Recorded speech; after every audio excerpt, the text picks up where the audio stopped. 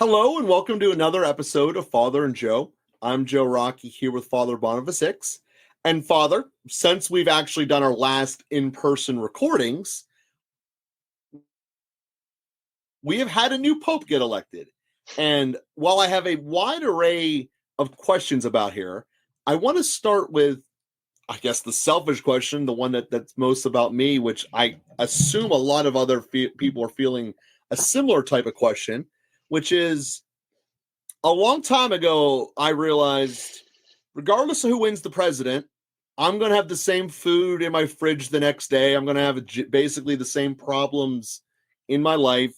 My life is going to be dictated by what I do and not by what the president is. Obviously, the Pope and the president are not the same thing, but it still does have some similarities in the sense that a new Pope today doesn't necessarily mean that my life is completely different than how it was under Pope Francis.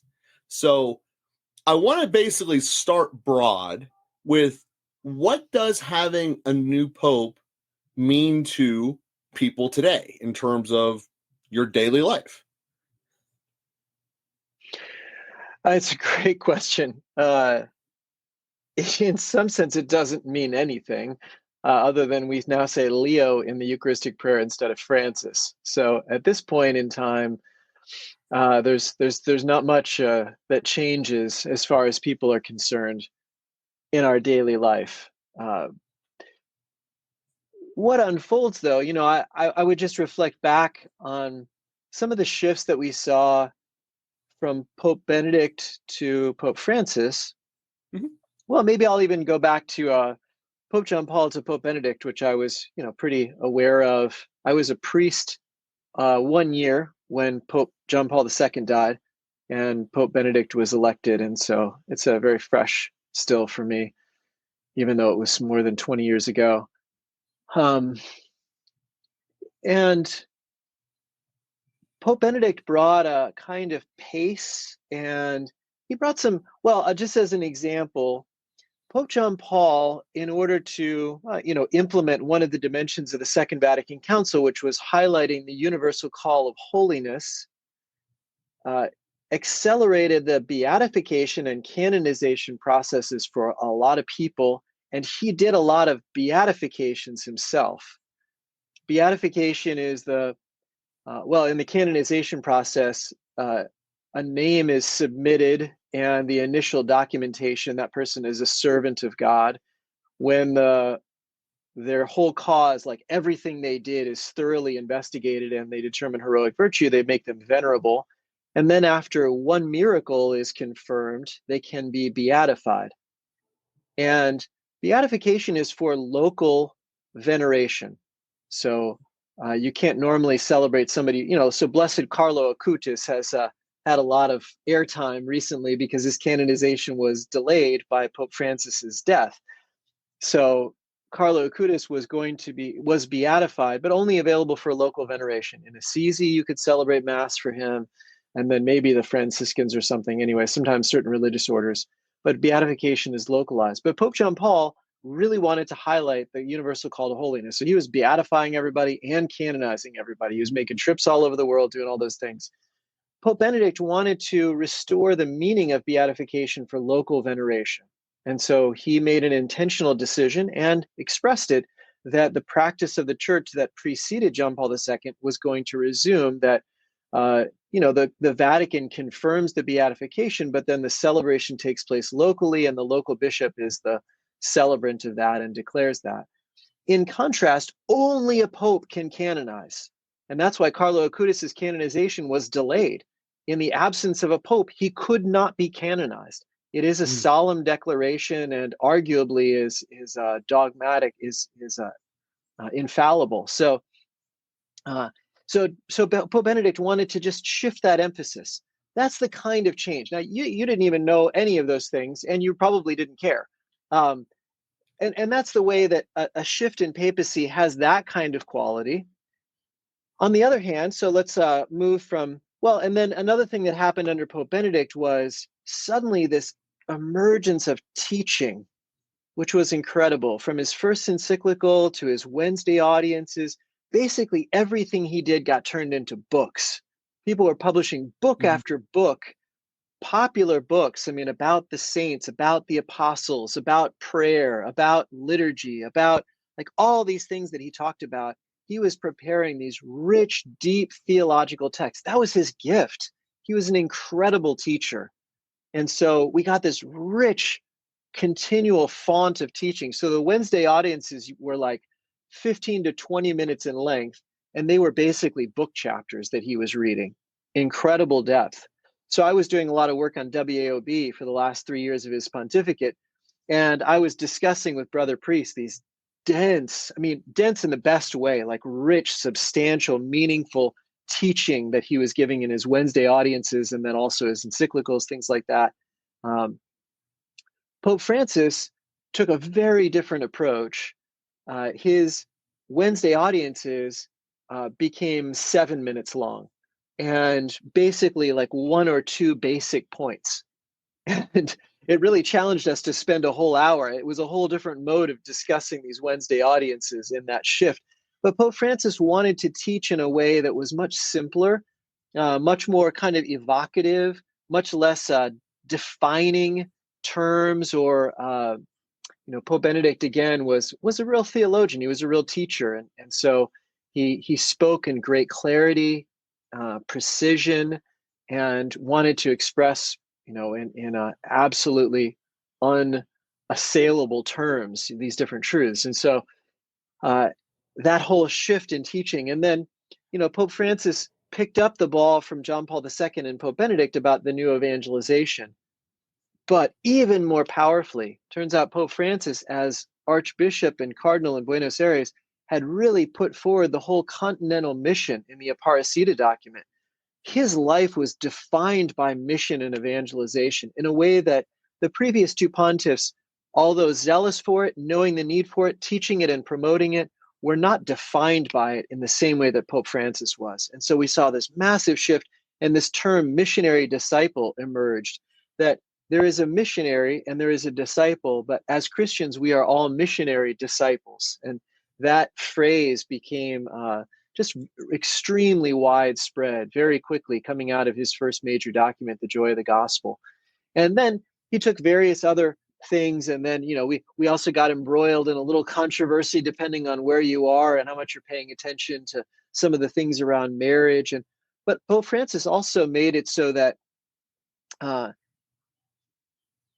the process for annulments, which in the United States is quite good overall, but really that it would be free for all, and that it would also be less encumbered by different appeals that had been necessary, so that an annulment wouldn't take years and years and years to complete, but especially in certain cases would be a little bit more expedited, so that people wouldn't be in these irregular situations and people who are in bad marriages. Anyway, it was a significant shift in law.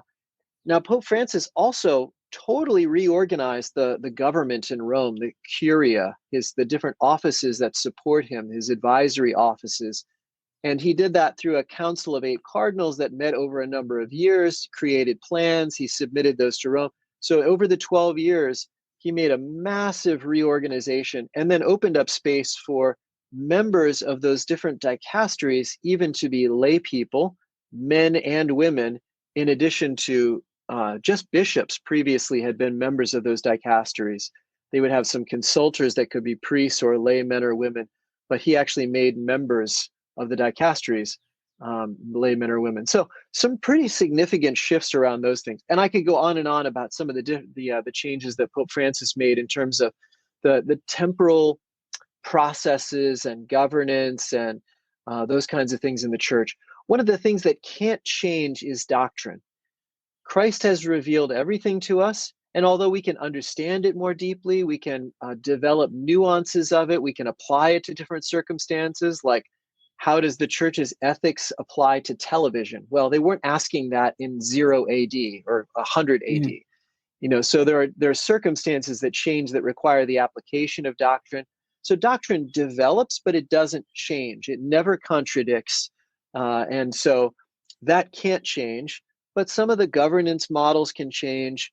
We saw some change in worship. For example, Pope Benedict made it possible for the old rite of Mass to be celebrated. Pope Francis removed that and went back to how it had been under John Paul II. So some of those shifts can take place. A pontiff has, there's a reason that the whole world was watching Pope Francis's funeral and Pope Leo's election. I mean, really the whole world. CNN became EWTN for a couple of days, and everybody was paying attention because it's a massive influence on over 1 billion people. And so that's really significant. But it's not like, he's going to change your breakfast or, condemn your house or something like that. It's certainly in the matters of the governance and life of the church, and an emphasis. Even the Jubilee year that we're in, Pope Francis instituted a Jubilee year in 2015, made a massive impact. The Jubilee year brings, millions of pilgrims to Italy, to Rome. There are some really significant things that a pope ends up doing, and then something like a World Youth Day in different places, bringing millions of people together in a place that's never hosted that many people before. So at the level of population movement and those kinds of opportunities, there are a lot of significant things that a pope does because of the level of influence that he has as the vicar of Christ, the head of the universal church. Well, so that's first of all, I thank you, appreciate the answer there, and that's amazing. So one of the things that from what you just said there, and I don't think you meant this directly, but I took it away as kind of a question from it, is you mentioned how immediately when Benedict became the Pope, how from day one at the jump, he had all of these great theological answers coming into place. And how immediately when Pope Francis started, he had his missionary zeal and way of teaching it from the first writing on. And I don't know how to frame this question correctly without it sounding like a political question. So I'm going to do that and let you fix it. Just to throw that out there up front. But it kind of seems like the same way a president comes in and says, these are what I'm already good at. This is what my first 100 days is going to be. And that's just what I'm getting elected upon, is essentially my direction in this 100 days. So with that being said, is that part of the process that do they lay out to the audience there in the Sistine Chapel, hey, if you elect me, this is the direction I want to take it? What do they know about each other when the voting process began, and what made them do something that personally I thought would never happen in my entire lifetime? They chose an American. So with that being said, how did that come to pass? I guess that was a multi-part question. No, it's a great question. And it's a question that I'm sure probably every listener has. And, unfortunately, and to be fair, it's a question that I also have. We know nothing about what happens in the conclave. And so we can only speculate some of the things that unfold. The Pope himself, I think, could reveal some things maybe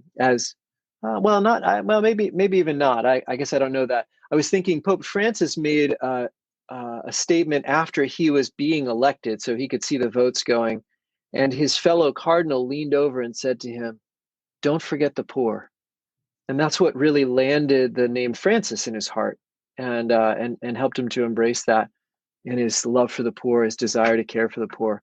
But we really don't know what happens in the conclave itself, in the voting itself. Now, there's a lot of voting. There's not like politicking, and they don't have long speeches. The speeches actually happen a bit more in the congregations in the days leading up to the conclave. So as soon as Pope Francis died, they announced the date of the funeral. The funeral was the first of 9 days of mourning. And during those days of mourning and the days, there were about 4 days beforehand, they had what are called congregations. And all of the cardinals, even those too old to vote, were welcome to attend those congregations. And that's a place where speeches were given about what the church needs and highlighting different elements. Again, it's secret. It seems to be a little bit less secret, some of those interventions. But it's not like a mass congregation. No, it's only the cardinals. Okay. Mm-hmm. Yeah, just the cardinals congregate. They're called the general congregations. I'm just using the technical term, No, which cool. is not necessarily helpful for us. But yeah, it's the College of Cardinals. There were 132 voters. I think there are 220 cardinals. So there are about 90 that are over 80. I think that's right, something like that. And so, for example, Cardinal O'Malley was in that. Cardinal Cantalamessa, who Cardinal O'Malley just turned 80.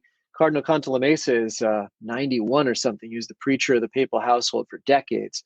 Cardinal Wuerl actually was also there, 84 years old. So um, those congregations were times that the needs of the church, discussions, speeches were given, cardinals were interacting with each other a little less strictly than in the conclave.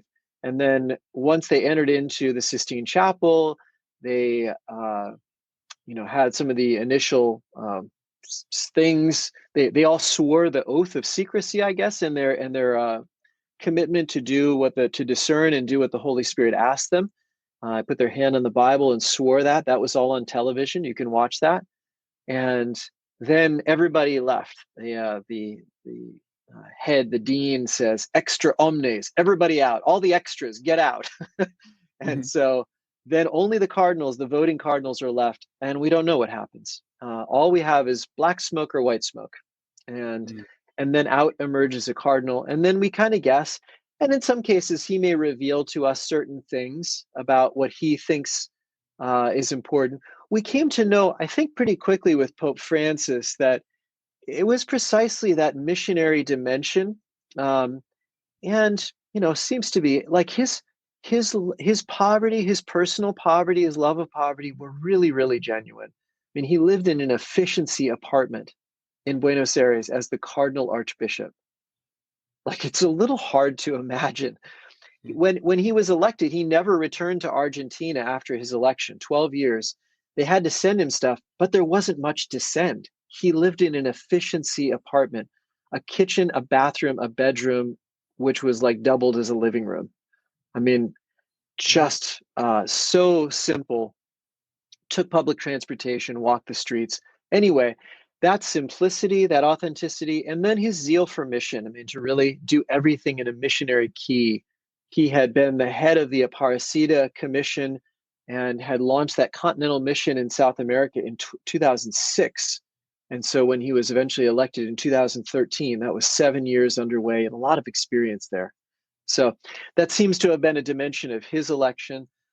We'll see with Pope Leo. Just to offer a few of my thoughts about his unique qualifications. Well, time out. We're kind of hitting the end of this one and trying to we'll give a teaser alert. We'll all right. Your thoughts on Pope Leo in the next episode here. I appreciate that you're in the world. We thank everyone for listening, and guys, sneak attack. That's what you're getting next week. Father Boniface thoughts on Pope Leo. So we hope you guys have a great week, and we will be with you again next week.